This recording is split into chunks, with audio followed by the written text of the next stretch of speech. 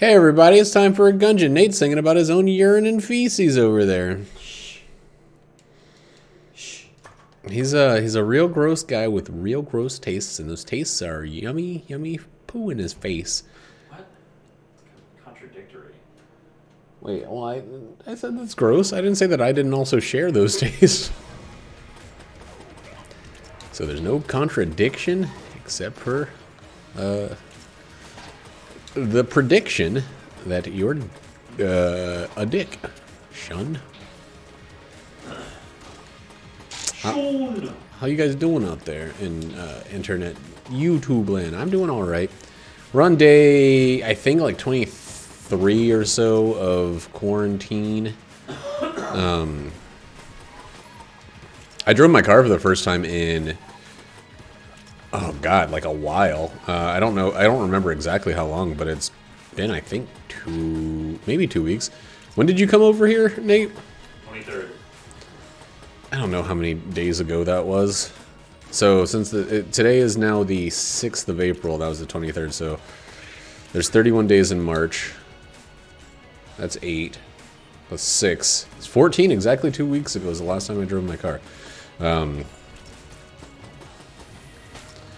So that's it feels weird. Like I think no. We went to the grocery store one time, right? We did. So that's not true. Well, anyway, it's been a while. It feels weird. It's one of the things that I expected to feel strange about it was that since my car is relatively new to me, I expected it to not feel like mine, but it didn't. It felt exactly like it was my car, and it felt like that sense of like, I don't know, that's what I identify as my car. For the longest time I had that Kia Soul, and when I thought about my car, I kind of mentally placed myself in the, I gotta scoot over, this shit's all, this camera's all fucking bonkers, but I kind of just like mentally placed myself inside of that driver's seat. Now it's old Borchla. I'm drinking soda, sorry, the burps are out of control. The burps are out of control.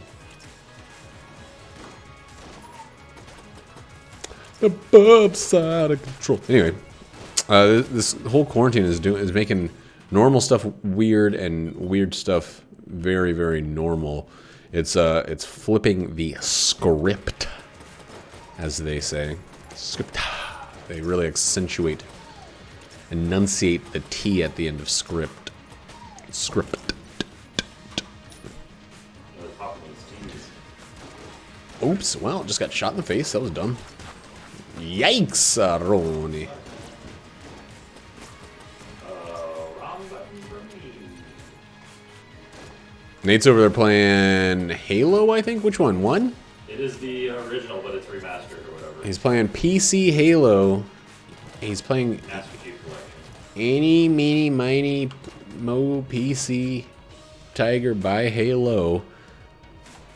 And I don't... No, PC by Halo. I don't know. Anyway, I've never played any of the Halos. That's not true. You and I played through like Halo 3 or something together, right? Or was that with somebody else? I don't know. I played through one of the Halos with someone in cooperative mode, split screen, and that is the only experience I have with any of the Halo games because I've never owned an Xbox. It's good to see that they're putting the Halos on the PESI, but at this point I feel like it's too late for me to get into it. I also don't really just don't like that. Always sounds like it's like a bone breaking. I don't like it at all. Yeah. But I feel like it's a little bit too late for me to get into the series because I don't know who anybody is. There's some super tall robot guy that's like RoboCop but from space, and he's like invincible or jumps real far or something. I don't know. Like He's the chef maestro. He's good at shooting guns, but other than that, he's also good at like not dying. That's his superpower, is he does not die. But I'm guessing at some point they pretended that he was dead so that there were higher stakes for the sequel. and we're all supposed to... No? He was kind of just the main guy all along. They didn't cliffhanger any of the games with him being potentially dead at the end of them. I don't think so. I don't follow the story in Halo games.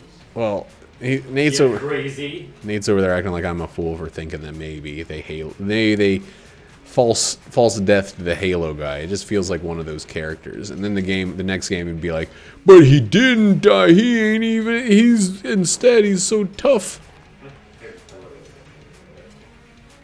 He's so tough that he's alive instead of dead. Damn it, I just walked right into a freaking pit like a dumb jackass. All's I'm saying is, Master Chief, they showed these pictures, this trailer for Halo 4, and it's like someone putting the armor back together, or turning the armor back on, and it's like he was in a cryo-friezo. Not ringing any bells. Or something. I'll show you the trailer after this game. After this dungeon. And you'll be like, I'm sorry, I take it all back. They did that thing that you said that they didn't do that I said that maybe they did, but I didn't know for certain. What's new? There's not a lot that's new. We haven't gone anywhere. We haven't done much of anything. I did drive Nate back to his apartment to go get some apartment stuff done, I guess. I don't know. I wasn't there. I left. Why did it just have like a cheer go out? That's mine. No. But besides that, we started rewatching Russian Doll yesterday, which is a very good Netflix television show. It's a really good Netflix television show starring Natasha Lyonne from Orange is the New Black. And it's written by her, Amy Poehler, and then the director of the show. It's kind of their creation. It's a Groundhog's Day meets New York City kind of thing, where she can live forever, but anytime she dies, she reboots, she respawns. That seems to be a theme for a lot of media these days, the idea of infinite respawn. The idea that when things end, you can learn from them and continue going. I mean, it like once Groundhog Day did it, it became a thing. And I'm like, I don't think I ever finished watching Groundhog Day the time that I did watch it. But I feel like I should. Someone did like the math on Groundhog Day, and like that was a really funny looking alien there running away like a coward. Yeah, they do that. But apparently Bill Bellamy or whoever was in that movie lived for something like over 10,000 years based on the number of loops that he did, which Russian Doll doesn't have quite so many loops. You know, Russian Doll was part of a really I don't know if it was short-lived or if it's still currently living or what, but a nice moment for Netflix when they did interesting contemporary sci-fi, usually with like some comic elements to it. The show Psycho, which is a little bit more kind of hammy in a lot of ways, but still really good. And I thought they were going to do the same thing with the Paul Rudd show, Living With Yourself. It started off really feeling like that, and then it kind of devolved into more rom-com, more focused on the interpersonal stories and narratives about individual development and being the best you that there can be and stuff. And it's like, it had such a good concept that that fell so short so suddenly. Sammy Sosa, the baseball guy. Mr. Baseball, they call him. Mr. Belvedere, I presume.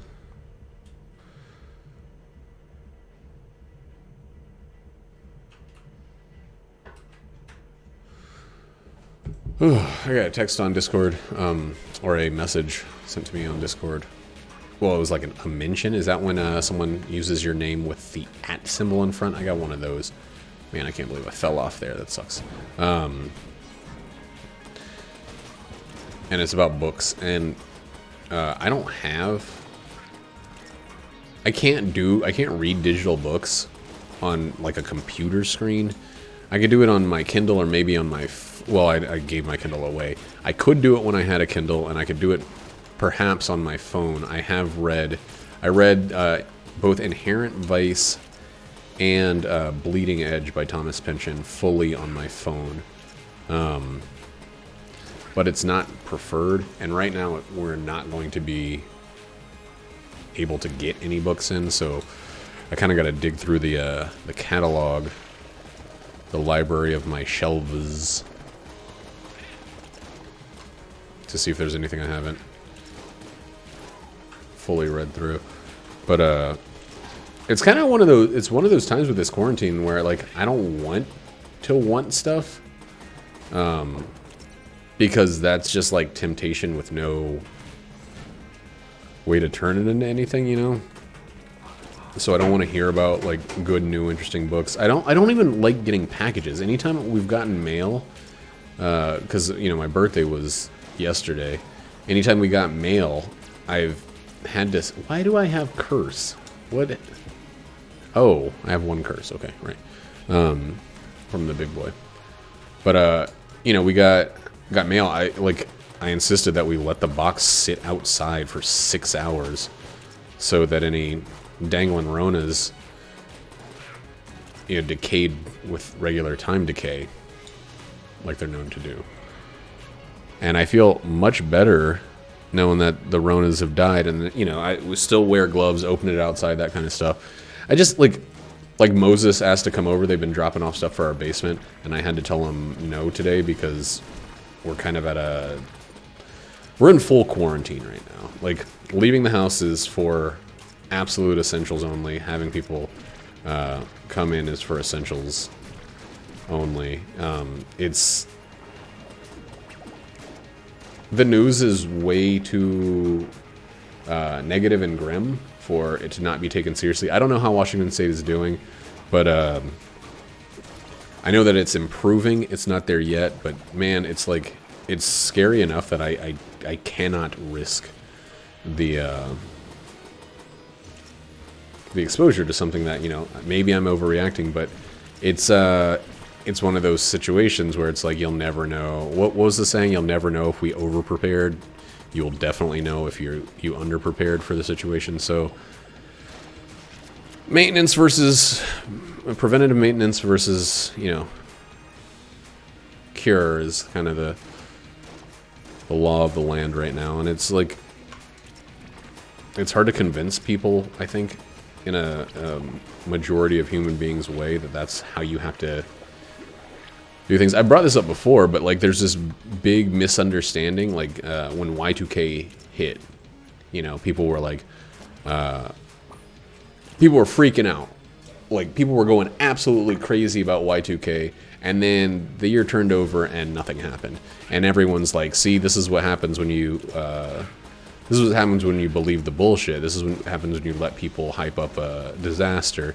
But no one really talks about the, like, hundreds of billions of dollars and trillions of man hours that went into updating some of these old systems so that the Y2K computer error didn't wipe out society. Like, it wasn't that people just believed it was something worse than it was. It's that it would have been worse, but people put all the time in, and so because of that, it's become kind of like one of history's punchlines. Like, people talk about that and mad cow disease and SARS and all of these things, like, oh, everybody really acted like it was such a big deal, and it turned out to be nothing. And in both of those instances,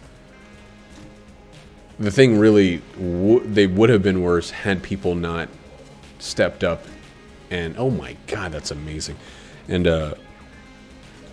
done what needed to be done and you know, nipped it in the bud. But you don't see the disasters that don't happen. So people tend to believe they didn't happen. Like, humanity is pretty stupid and short-sighted when it comes to that kind of stuff. When a problem is prevented, it's... I think people believe that it was foolish to ever think that there could have been a problem. But that's the wrong way to go about it. So, I'm trying to be... And maybe it's... Boy. Maybe it's maybe I am taking it a little too far with the precautions and stuff, but man, if anybody in my household ends up in the hospital, I'm not gonna be okay thinking that, like, if only I had not opened that package. I'd much rather be like, well, even though we had a bunch of packages sit out and maybe get a little wet in the rain, at the end of this, no one was hospitalized. And then I'll feel okay. Maybe. It still is going to be a fucking wild run. This regular stuff I've already talked about is still going on, where like it feels too big and unreal to even fully like think about.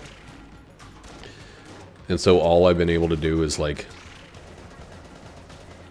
discuss it with myself and Nate and Jackie and Tidbits, and hope that the worst thing that comes from all of this is we spend a little bit of time being compulsive and checking for things like that. It's like a best case scenario. Best case scenario is we just worried too much for a little while. Gotta get out, gotta get up, gotta get down to the morning. I wish I had something else to talk about. It's really hard to come up with stuff when the #1 big actor is Corona and then TV. Is that really in the game? Yes. That's weird. Special condition where I did a headshot on a grunt. Oh, and you get a little audience cheer. Their head pops with confetti, yeah. I get a cheer. That's fucking morbid as shit, Nate. The game's a little bit too dark. Dude, this gun sucks. Dog ass. Wow, that was close.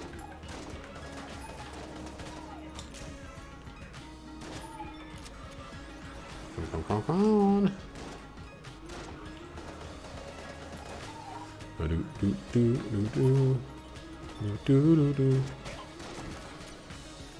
This is maybe most likely the wrong way, yes.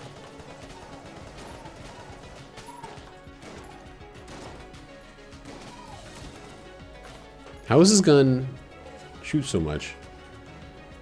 Shoot so many bullets, do so little bullet damage?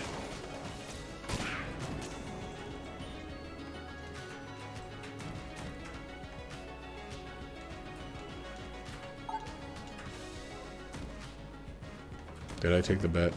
I hope so. 'Cause that's one I'm going to go for regardless. There we go. I finished my first drawing. That was, that's the major, like, positive accomplishment of this whole thing.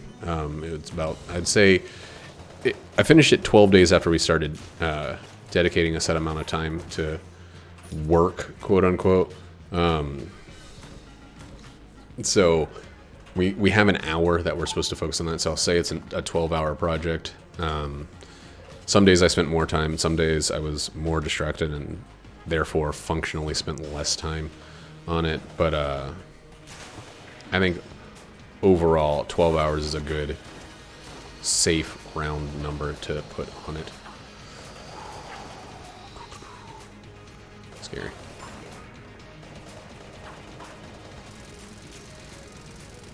It might not do a lot of damage per shot. It might not do a lot of damage even per clip, but at least you can easily and comfortably shoot this gun. for a long time.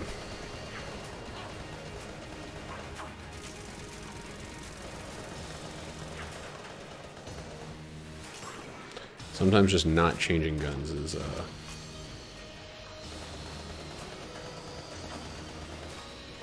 okay, that was scary. I would like to not have to use the last blank, but good lord, do these guns suck. Don't do this move. Thank you. Engine number 9. No transit. That train comes off the track. Back it up, pick it up, pick it up. I can't fucking believe. I just got a combo, a synergy in this game called Chief Master. It's a reference to that game that you're playing over there. It's it's like the most common synergy in the game. That's usual. It's the alien sidearm and 2 master rounds. I guess if you know, Oh, yeah. like, if you don't flawless, it's probably not that common, but.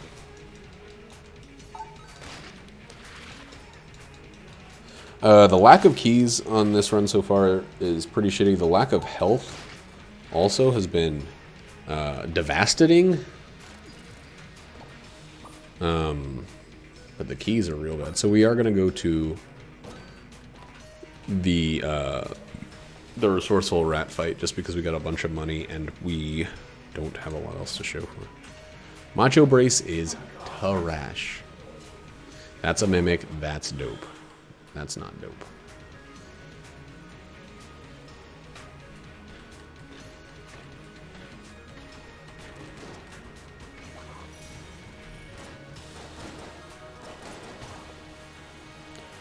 Yo, that's the fucking worst.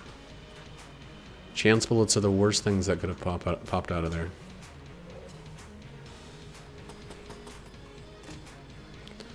Alright, well, that's okay. That's okay. Ooh. Okay. I may give another, since we got a lot of hearts, I may give another thing to thing, but yeah, I'm gonna give another heart to this this little team of good guys over here.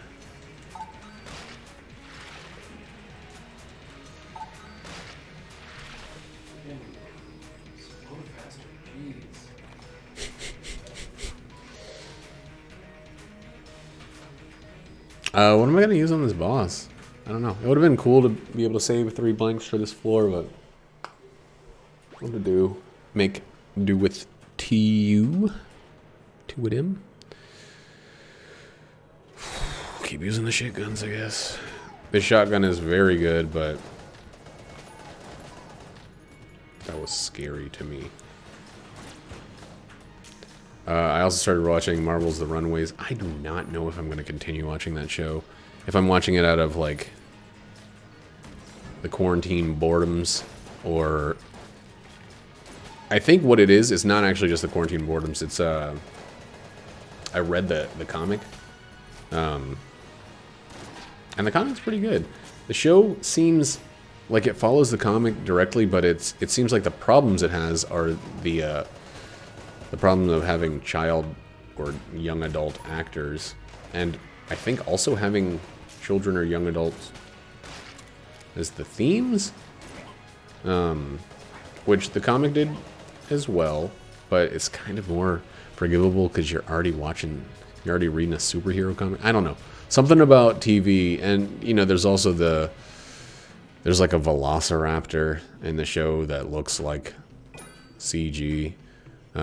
Because it is CG, which in the comic it's just it's a fucking illustration of a velociraptor, like, but the people are also just illustrations of people, so it's all cool. It's not. Have you seen, like, there are some comics that they do, it's not all photographs or anything, but they do things where it's like, it's basically filters on photographs and tracings of people. Like Alex Ross does paintings for every panel of his stuff, but he has models stand in the poses and stuff, so they're pretty photorealistic. That's very cool. So none of the people look like typical superhero bodies. They just look like, you know, the human equivalent of what superheroes look like. They don't have, like, the muscles that roll and fold onto each other like superheroes do. But, I mean, they're still not necessarily believable bodies. But they're closer to realistic. Yeah, I don't know. There was a webcomic for a while called, I think it's called A Softer World, that actually used photographs for all of the panels. But it was like a 3-panel one, and the photographs didn't really... It wasn't supposed to be like a narrative comic. It was just...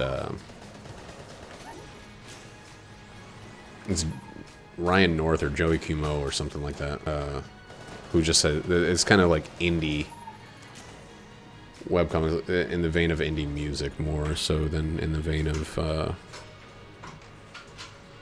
independent comics.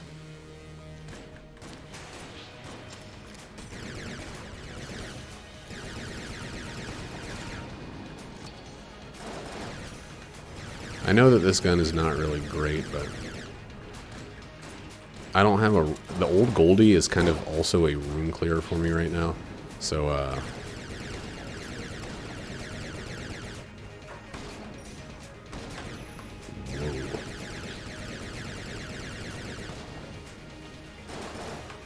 alright, that sucked.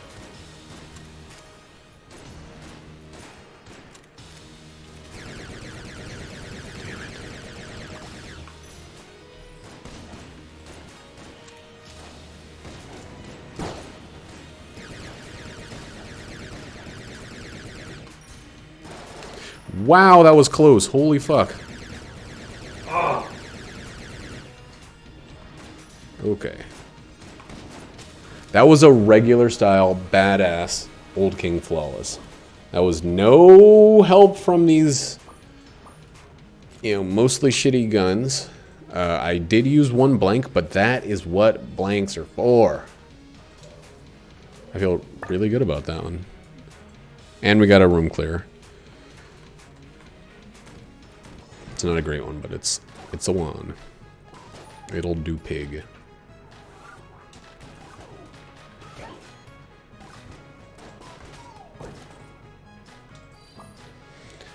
It's weird. The Runaways is like, it is a comic series that is ripe for adaptation, right? You know, whether or not you're actually are a young adult, these superhero movies are perfect for the like 16 to 24-year-old audience, right?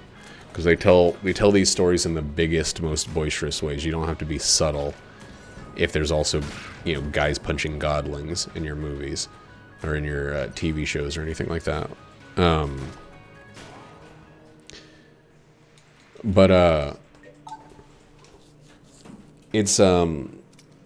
It's weird to get the budget that you're going to get for a TV show and say, okay, yeah, we can do a CG dinosaur in a endless number of episodes on regular television. We can afford that. And then to just go for it. Like, it's kind of ridiculous. Oh shit. Gun Knight helmet. So now there's I have like no tension. Like my neck feels cool and easy when I see a piece of Gun Knight armor. It's not the insane bit of anger that I had now that I've finally had the Cormorant transformation. If it happens again, dope as hell, but I'm not gonna hold my breath for it. I'm not even gonna try for it to the same degree, of course. That's what we got there.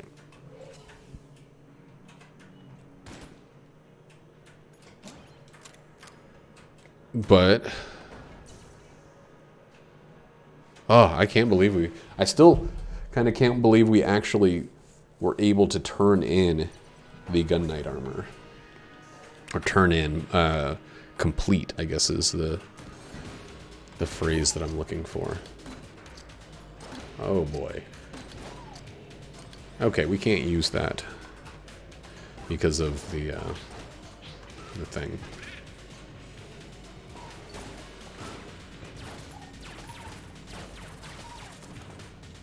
I need to be able to sell chance bullets. Like, I need to be able to do that.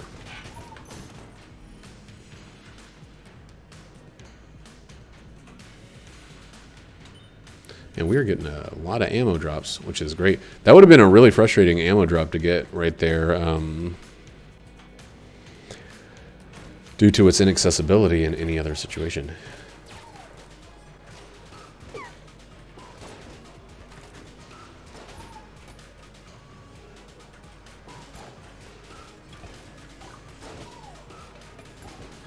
I wonder... I've wondered very much during all of this what it must be like to be in the city of New York right now. And it feels like a literal hell on earth for all of the obvious reasons. So you got a disease that basically spreads through contact or near contact. And then you have the most densely populated city in the world. No one can function in New York City without being in extreme contact. Like, we're watching Russian Doll, and, like, you know, there's this giant ass party where the main character, Nadia, I think is her name, is having a birthday party, and there's just a shitload of people. And every time she tries to leave to go down the stairs, there's a shitload of people. Every time she steps outside, shitload. Every time she is walking on the street, shitload. Anytime she wants to go catch some air, get a breather, shitload. It's just like the idea of that being the whole world, and then everyone saying what you gotta do, you see, is avoid all contact with people. It's like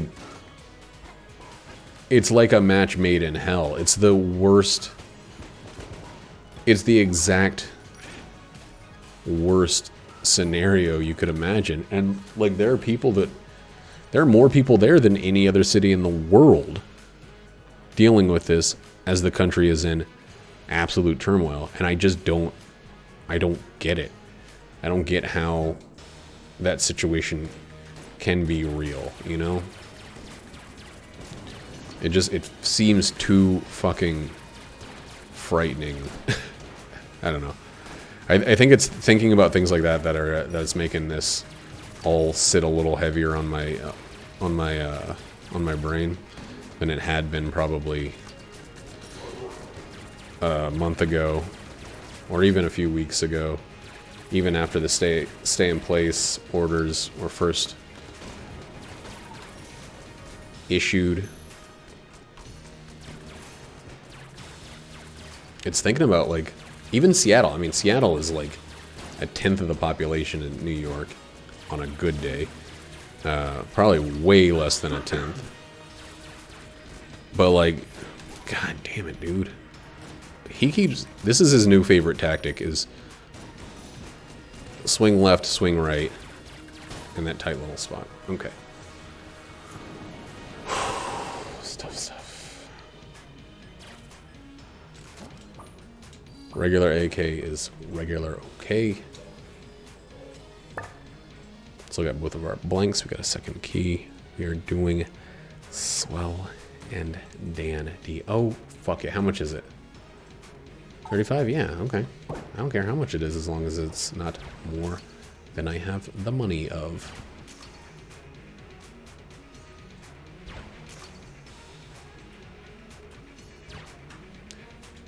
Okay, what?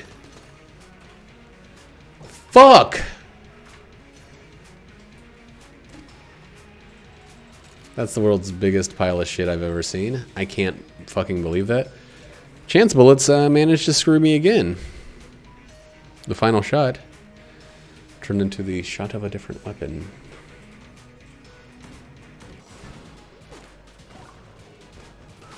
Didn't even think about that. Chance bullets. You're a real heartbreaker. A real beefcaker.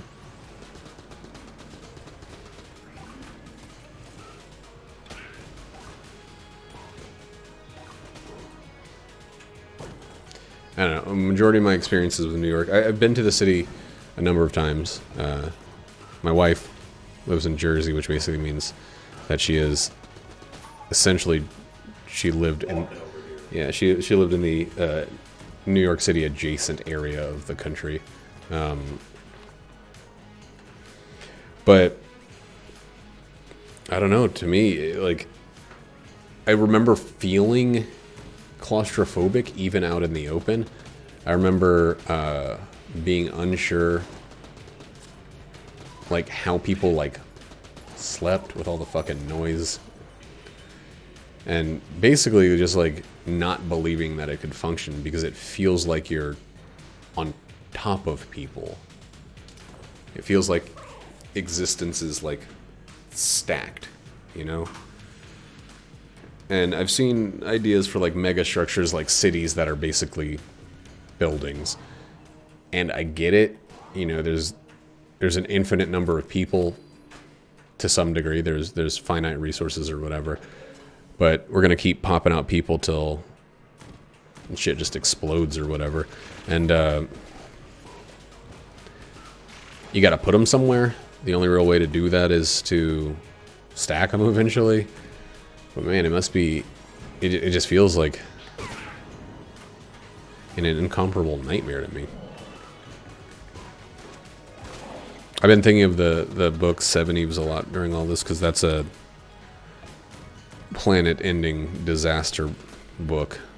And just being cooped up. We have a yard.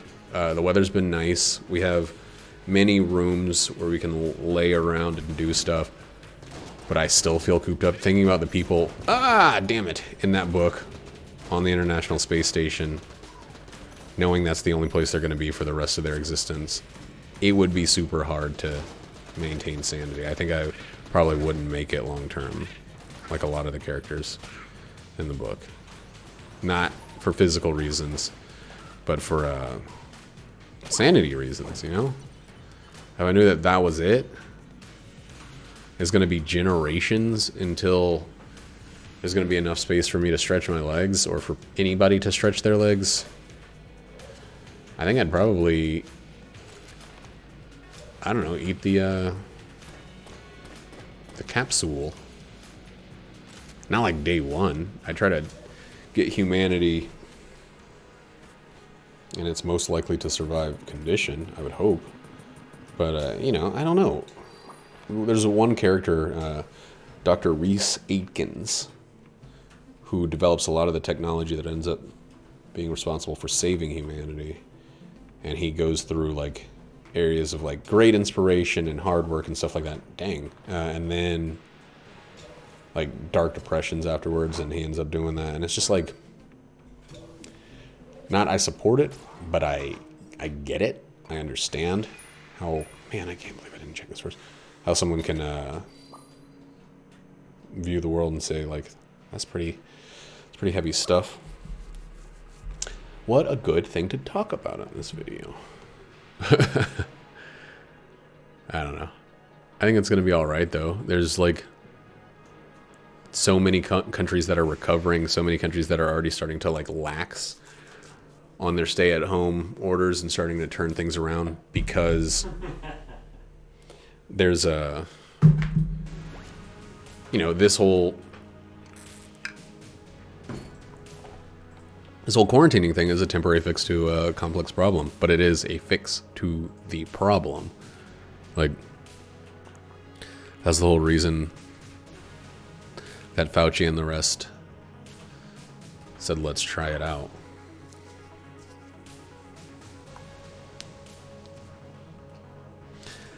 The indomitability of the human spirit is something that I brought up in a few videos ago, and it's something that I believe in wholeheartedly. Our ability to learn, our ability to adapt and to adopt life-sustaining strategies in the face of incomparable adversity is going to see us through this. But it's just going to be a fucking weird ride. What guns have I been using? Gotta get up, gotta get out, gotta get down to the morning dew. Snake Maker, I probably should have filled up a little bit more. Right up. These bullets look a little bit too silver. They're making me think I can do extra damage against jammies. But I can't. Oh shit, that's right. And it's also still just regular style. Not very good.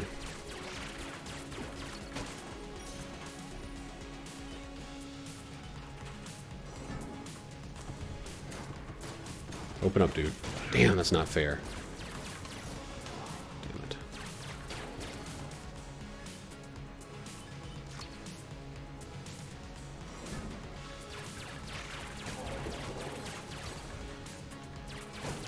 Wanted to get both of them. Couldn't quite do it.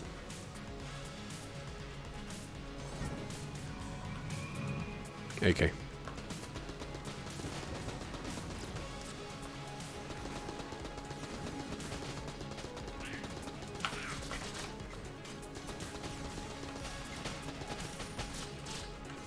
Oh boy.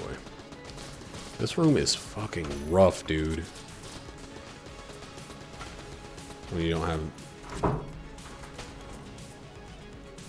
I think the AK sucked ass there. That was terrible. That was terrible and disappointing.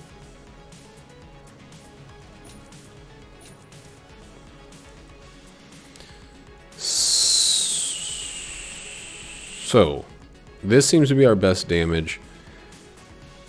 This seems to be a no-thinkum style weapon that we could maybe use.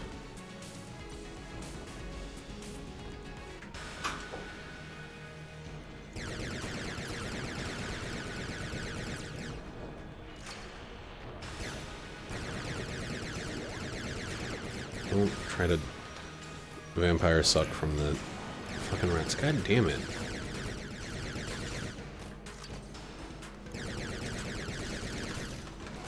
Damn it.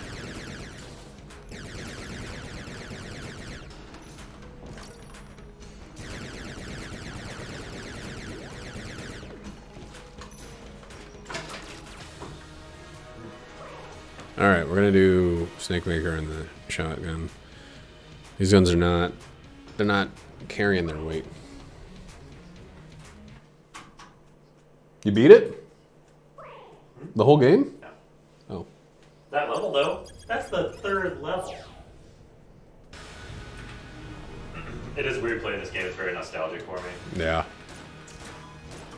Hitting a lot of your M zones, memory zones.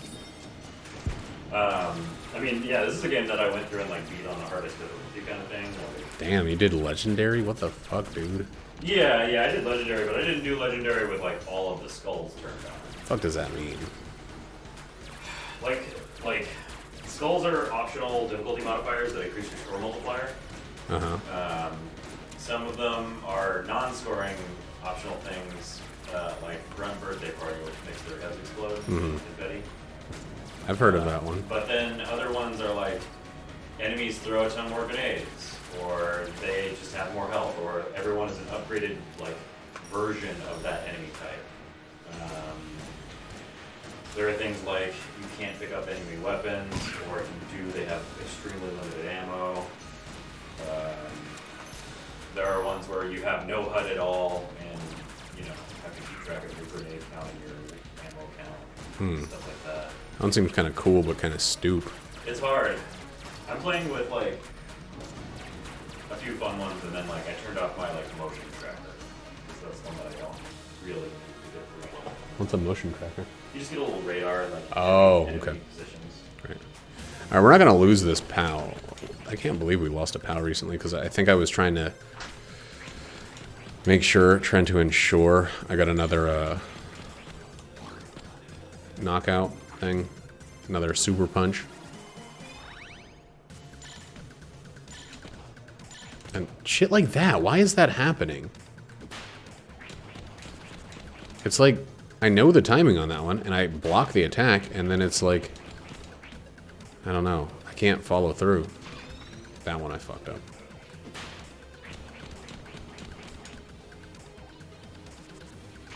There we go. Like a microsecond earlier on that one. That would be cool.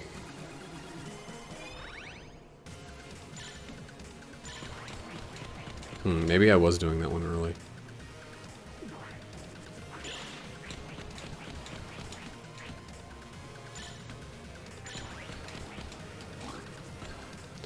Spice, we're not even touching it, dude. I don't want to give Spice the time o' day.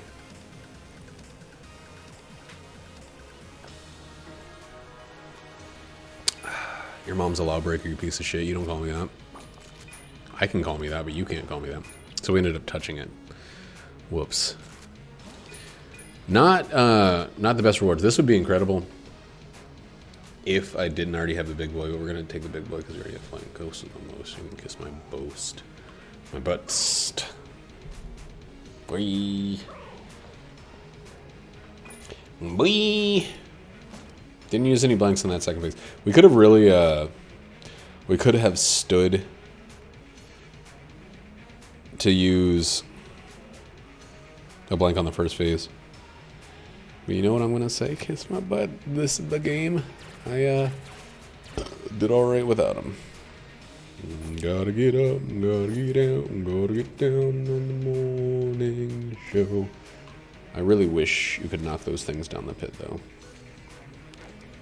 That would have been nice and dope and good and clean and swell and sweet. So we do now lose invincibility while hovering, but I think I'm gonna keep it for the speed boost. Keep those shoes for the boost. To move me speeds.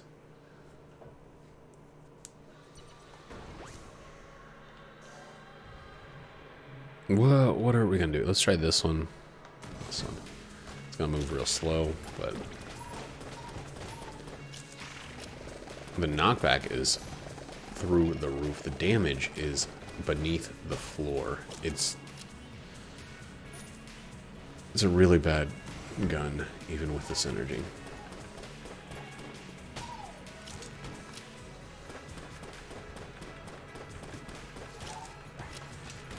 I would really like it if we could get, like, one good gun.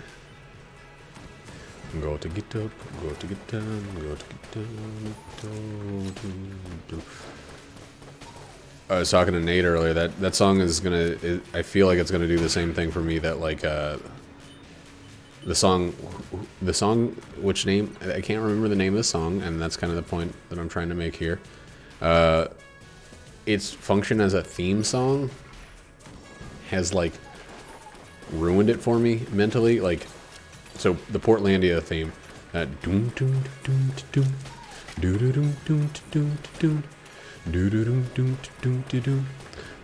song for a while was popping up on Spotify or Pandora or any of those algorithmic music generating style radio services, web radio services, or whatever. And it was showing up before that movie came out, or that TV show came out, or I started watching it. I had any awareness of the show, at least. But once it was associated with that, that's all it was. It's like the fucking Friends theme song, like I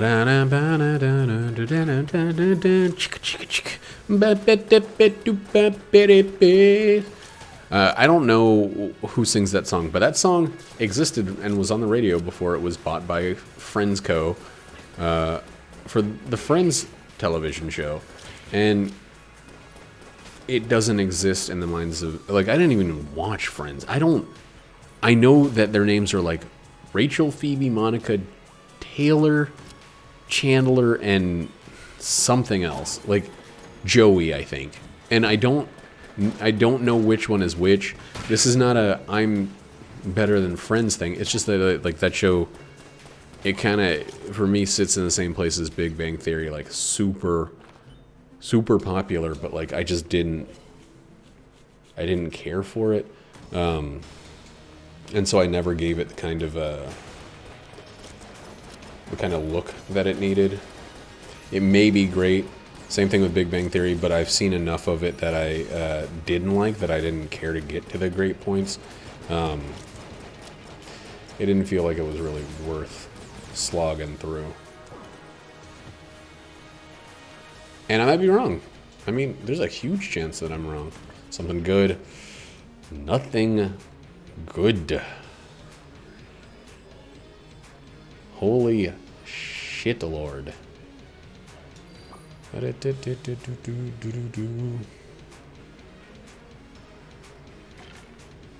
can't think of any other examples, but those are the two big ones where the theme song doesn't exist outside of its function as a theme song, and it has to be an example of one where it's not. Hey, get out of here, robot! Stop trying to come in here.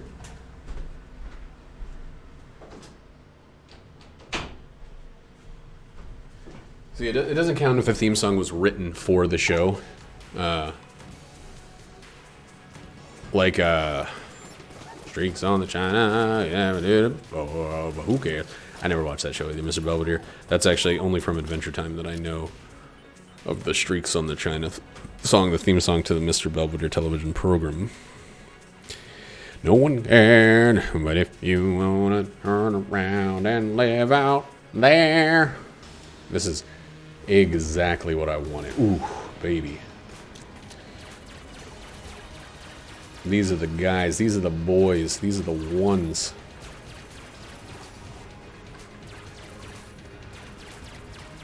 I want them to stay aflumb.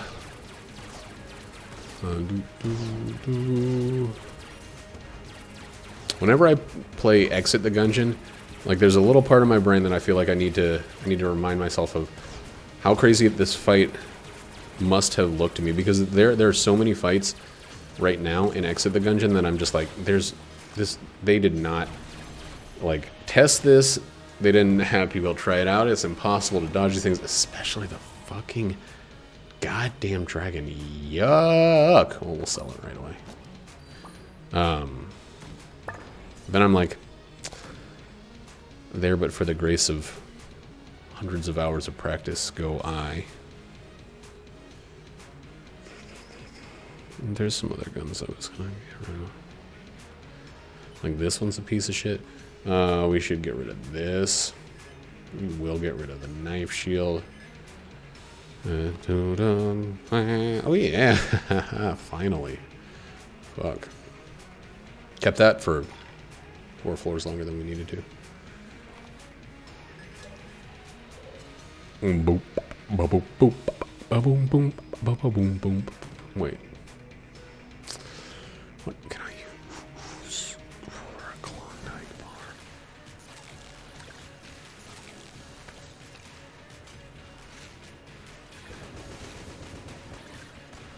Somehow,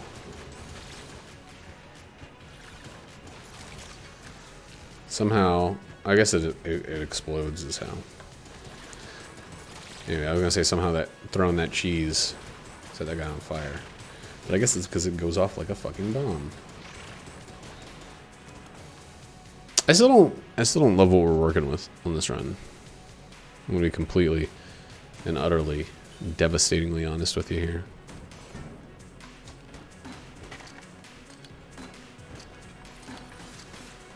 Man, I missed that one from very nearby. The knockback from heavy bullets is usually, it's usually not, I mean, it's a problem, but it's usually not a devastating problem. It currently seems like things are already rough enough that it's not on the helpful side of the equation. That's how equations work, right? There's a helpful and a harmful side.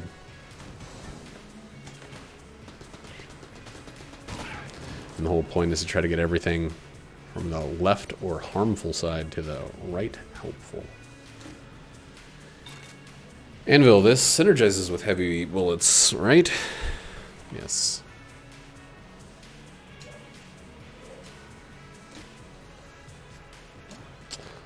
All the shields we can get.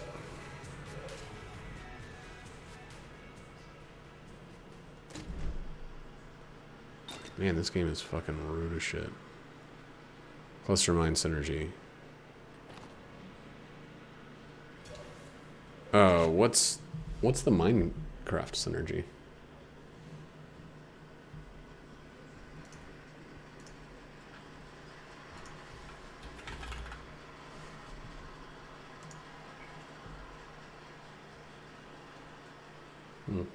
Nope. Mines can still deal explosive damage to the player. It just makes them home in.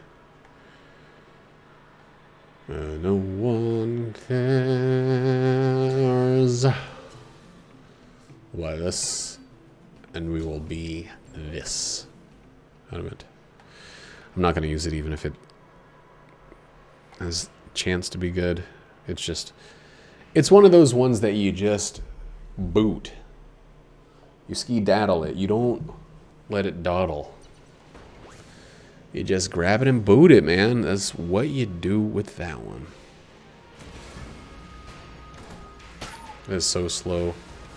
Such extreme knockback. But this gun, which is an anvil, can handle knockback. Because it continues to hit.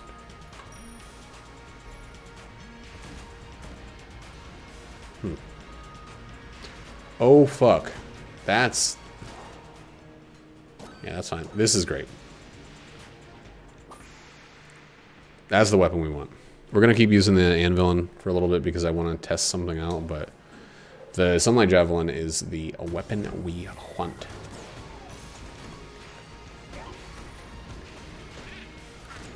I wonder if it's like just a crazy amount more damage if it's gold. Alright, well.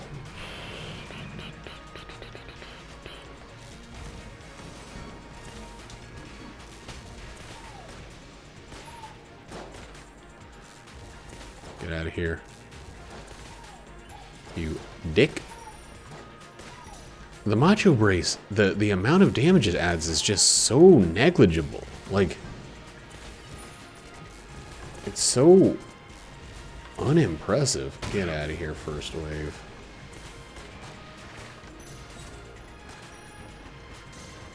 If you, like, maybe couldn't do it as often, but it was more damage, then I'd be okay with it. But it sucks as is. That's fun. Pretty good. It's like nothing mind-blowing, but a lot of stuff that are just above average. I also, I've, yeah, they're good, friendly turtles. But yeah, just a lot of like above average stuff, but not anything that's like mind-blowing. Huh? Yeah, I've flawlessed all the bosses so far. Every single one of them. Including the Old King and...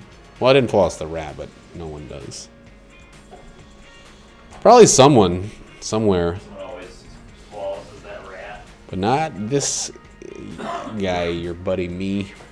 Well, make it your new top priority. Don't care enough about that, though. Oh. Make it your third priority? Okay, what are the controls for this game? Nate stopped playing for about 45 seconds, and now he has no idea what game he's even playing. I'm also practicing Amen. keyboard for first shooters. M and KB, yeah. It's not a usual thing for me still. I pretty much have to do it for first-person shooters. For any other game, even like third-person over-the-shoulder shooter, I still don't feel that like it's a requirement. But for first-person, I don't know why. It feels like that's what first-person was designed to be played as, you know. But I still do have problems. I mostly have problems finding the keys that do different things. Like anything that's over, beyond like R for reload, E for interact, I start having issues with the keys. Oh, baby, baby, ooh, baby, baby. Well, if the turtles hadn't died already, they'd be dead here, so don't mourn for them, they're already dead. Don't cry for me, I'm already dead. Who's that? Nate got the reference that I was making. Barney Gumble, The Simpsons, the Jay Sherman episode. The one where the critic comes to town and Mr. Burns tries to buy he tries to rig the local Best Directors Award or whatever. But he can't buy it. Homer wants the... Right, Jay Sherman. I forgot what the critic's name was. I only remember because I've pretty recently seen that episode. Whenever I think Sherman, though, the first thought I have is, Tanks. nope. But nothing. Nope. 32 Wallaby Way Sherman from Finding Nemo. Very specific one, that one. And then I say, thank you for nothing, Dory. What, in your mind, is the worst Pixar movie? And it has to be one that you watch the whole thing through. Well, I'm trying to think first of like ones that I didn't enjoy that much. Mm-hmm. I think Toy Story 2 was all that. Or wait, no, 3 was the one I didn't really care for. Okay, I was gonna say Toy Story 2 is like the fan favorite. What else? Cars movies are not so great. There you go. I was gonna say Cars, but I haven't watched them, so I can't say Cars. I think I've seen the first one all the way through, but it's so forgettable. I hadn't seen the first one all the way through because I can't stand Larry the Cable Guy. I don't know if the rest of that movie is any good, but Larry the Cable Guy is in it, so it doesn't get played all the way through in this house. And by this house, I mean any house that I'm currently in. He's not exactly like a central character. He's like the main secondary character in the movie. Is he? Hey, he plays that little truck. No, I know. He's Mater. The tomato truck. I think it's a tomato truck, I think is what they're going for. Oh! Yeah, you shouldn't do that right after bong rips or whatever. That was a fake cough. Yeah, right. It was. I've heard Listen you to my voice right now. fake cough. Oh, okay. Alright, we're good. You guys are throwing grenades at me and stuff. It's because you gave him that grenade skull or Because whatever. I'm just like sitting in front of their base with a vehicle with a turret on it, just letting my dude fire into there. A vehicle with a what on it? Turret. Oh, turret. I thought you said. I thought you just said turd. And then I picked up the Halo car, the one with the turd on top, and I shot down all the aliens with my turd car.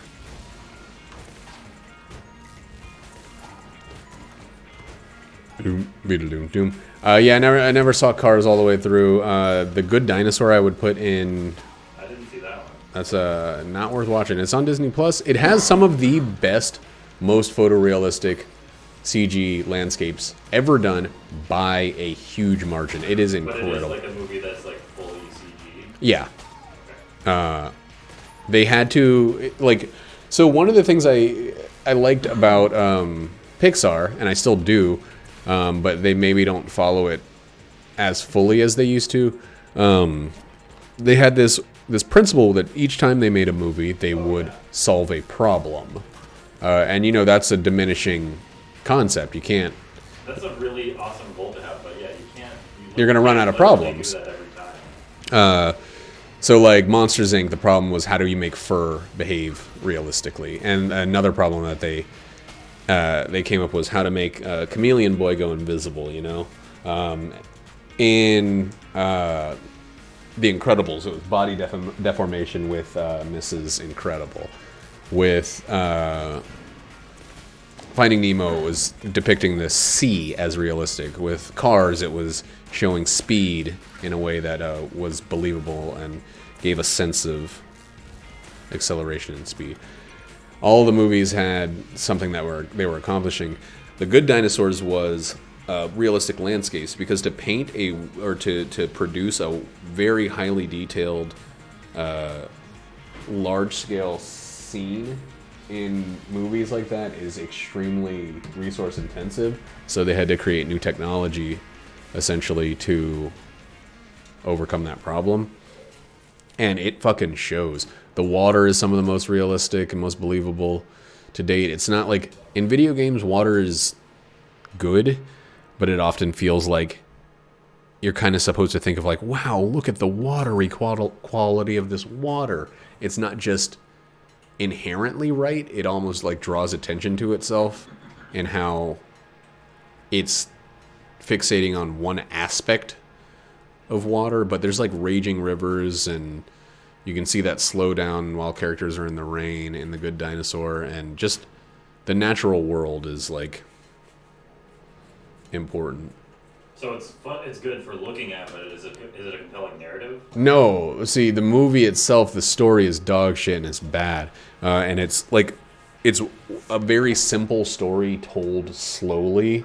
It's a story that could have been done in like a 22-minute episode or even an 11-minute episode. Dude, you just dang crushed yourself with your damn car. I just failed so spectacularly. But because it's so, it's because the story is so underwhelming. It almost like gives you more eye candy. You can more easily just watch what's happening because there's nothing to pay attention to otherwise. But I feel bad ragging on it because I know the guy that like they kind of went back. What's up? You scared the shit out of me. Really? I didn't even hear the door open. Oh. But yeah, Alan, you. I'm gonna go to bed. What? It's so early. Sleepish. Okay, baby. Okay. Oh, I love you. I love you too. Show this old fatso. Look at him, buddy. You got a stink mouth. His mouth always smells like seafood. You got a cat too. Kanatuna. Good night, Alan. That Alan. Sleeping in the bed with Jackie. Alan was asleep in Brutus's dog bed upstairs. It was really fucking cute. That is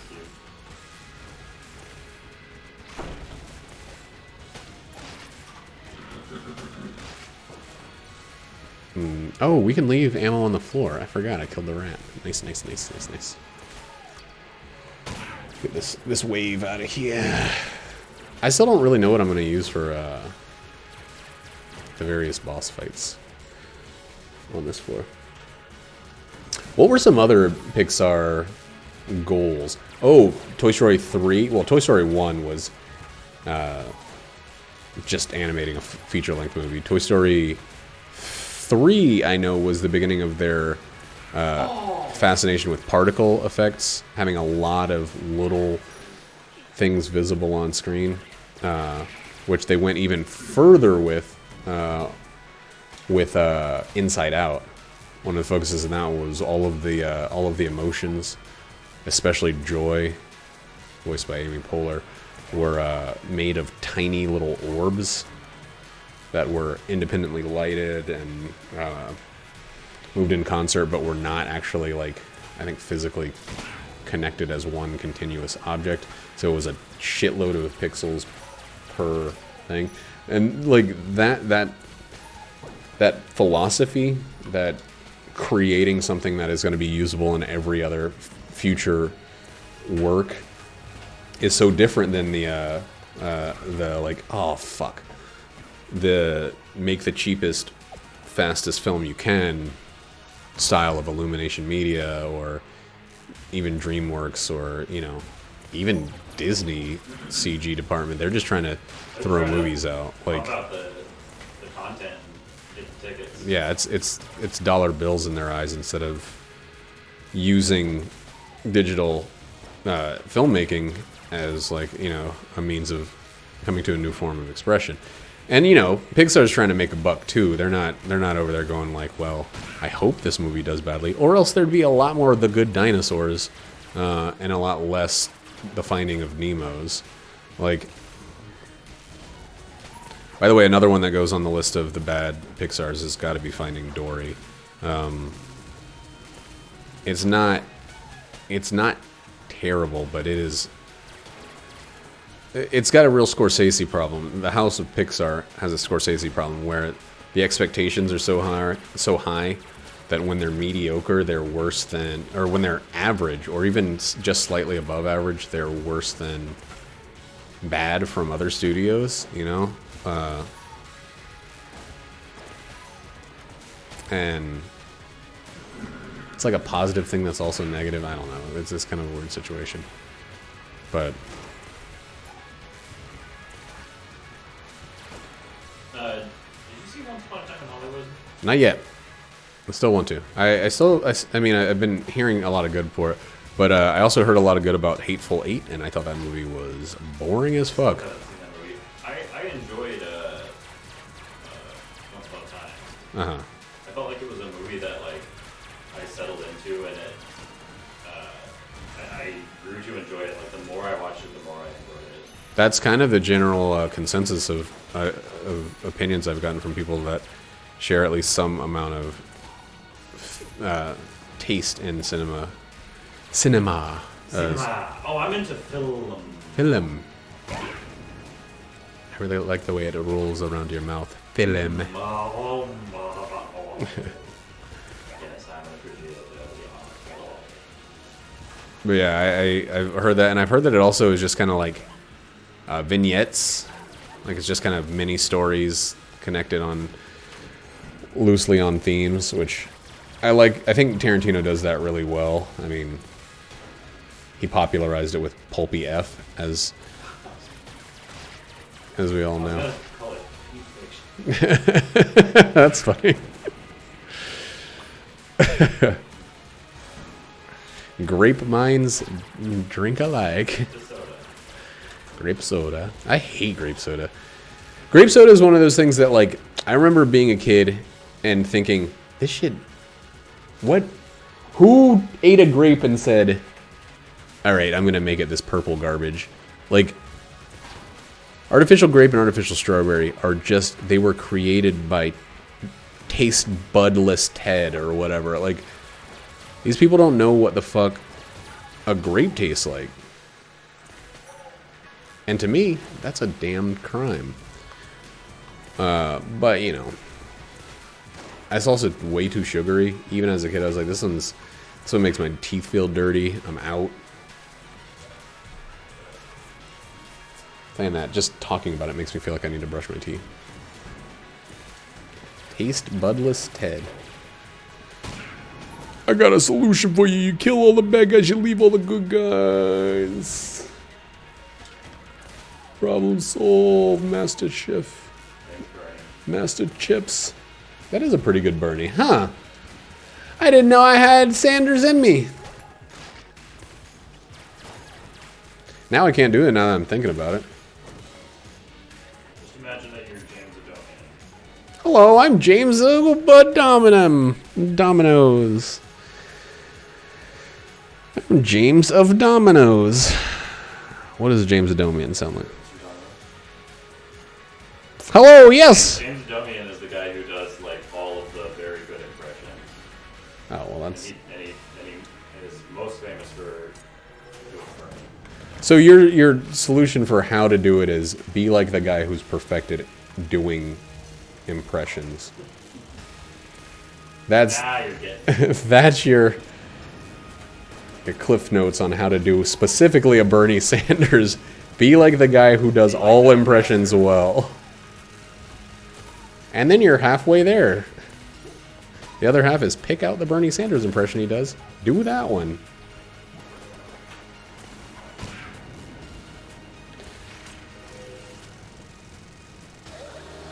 Gotta get up, gotta get out with them all. You blow up another car? No, I haven't blown up any cars. Well, did you have a car roll over and blow you up, I should say? No. I thought he stuck one of those sticky grenades to my chest, but I was okay. Is it a jizz grenade? I mean, I wish. Is the grenade covered in jizz, is what I'm asking. Or is it made of shit? Is there jizz on the inside? That's how they make it sticky. It's the stickiest substance in the galaxy. Is that what the aliens sound like in this The game? harvest the humans. They contain the stick. Gross. The whole point of this invasion is to get our sweet, sweet jizz. Because we use their cum as money or something. I don't like Halo very much, it turns out. Uh-oh. Oh, this is scary. Well, all my little turts are almost in the dirt. The other thing that I wanted to talk about, but I don't know, I don't feel comfortable talking about, is the Final Fantasy VII Remake. It is the 6th that comes out, I think on the 9th I'll be able to play it. The release date is the 10th of Abril, as they say in Spanish, yo. I haven't learned the months yet. It's April. I don't know. I didn't ask you if you know. I'm just telling you when it is. Yeah, but I'm in charge of saying what it is. It is not Spanish now. Nate's studying Spanish, so he is King España, which is Spanish for Spain. So I'm sorry that I used your language without your permission. Yeah, wait a second. Hold on now. What? I'm not a cultural appropriation that I got. He's appropriating all Spanish. But yeah, apparently Final Fantasy VII does some big changes to the end of it. Enough so that one person in my Final Fantasy XIV group who has watched the ending because she was unsure about getting the game because she's like a Final Fantasy VII super aficionado. So, you know, the idea of a remake is usually disappointing for someone who has played. Yeah. And then, so she watched the end and she like can't wait now for the game to come out. Was on the fence leaning towards not playing the game and is now thinking that she absolutely has to play the whole thing through. And I don't want to talk about it anymore because I feel like the little bit I know about it is spoiler-ish, but I'll talk about it with Nate off the video. So that's 348. Kiss my butt and goodbye. I love you.